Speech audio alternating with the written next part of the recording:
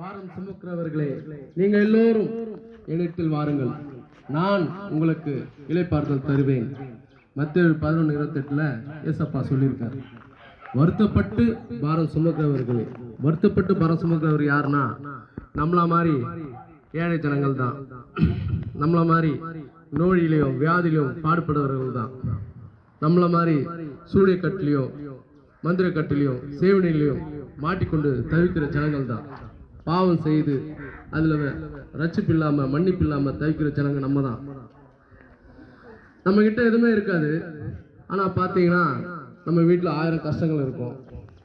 பையனை படிக்க வைக்கணும், ஃபீஸ் கட்டணும், அதுக்கப்புறம் பார்த்தீங்கன்னா மகளுக்கு கல்யாணம் பண்ணணும், அதுக்கு பணம் தேவை. அதுக்கப்புறம் பார்த்தீங்கன்னா வீடு கட்டணும், அதுக்கு பணம் தேவை. ஒருவேளை வாடகை வீட்டில் இருந்தால் வாடகை கட்டணும், சரியா வேலை இருக்காது, அதற்கு பணம் தேவை. அதுக்கப்புறம்